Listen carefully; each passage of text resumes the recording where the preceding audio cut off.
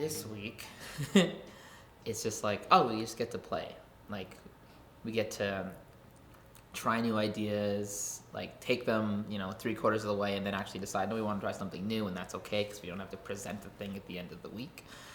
And I honestly just like I appreciate the time, the space, the collaborators, getting to hang out with Daniele, who was the director on the initial workshop, and to really just figure out like what can this be, like coming into part way through 2022. We've been in this pandemic for about almost 2.5 years, but it's really changed how we look at how we tell stories, what mediums we can use, what tools are available, specifically with different like technologies and digital explorations of work and storytelling. So to be able to take everything that we've been thinking about for 2 years and this piece, which is a really personal reflection on trying to control a narrative around mental illness in a BIPOC family, it's like, wow, I get to process this now. I get to process this creatively and figure out how I want to share this story with the world.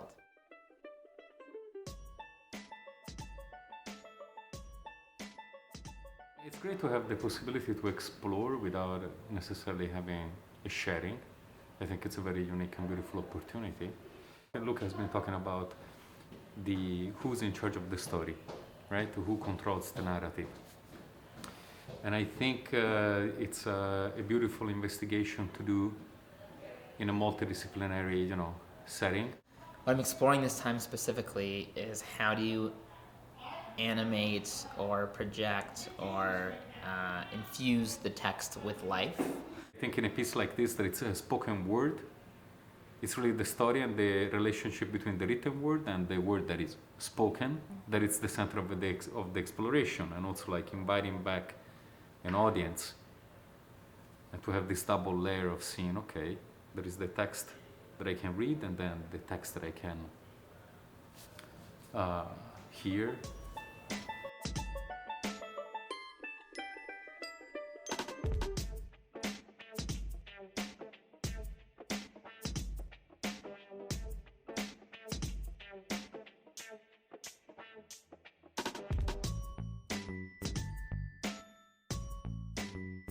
It's day 5, and I'm so happy.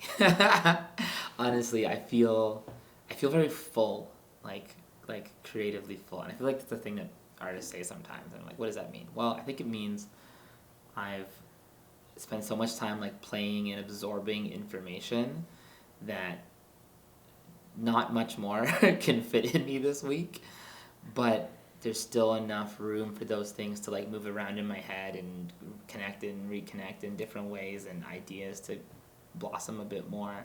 And it's a pretty good feeling, really. What we've been able to do with Chimera Collective and Jasmine and Caroline working with us, and like they brought so much to the table this week. There were several days where they came in with some video mapping that they were going to show us, some ideas that they we're going to try that we talked about the day before. Daniele and I continuing to envision this piece together and grow. And like honestly, I think that with the idea that we have now, this piece could be like a complete game changer for live performance. Now you gotta have enough vocal control to hit certain frequencies in your voice to isolate certain letters. I know. Connected to all.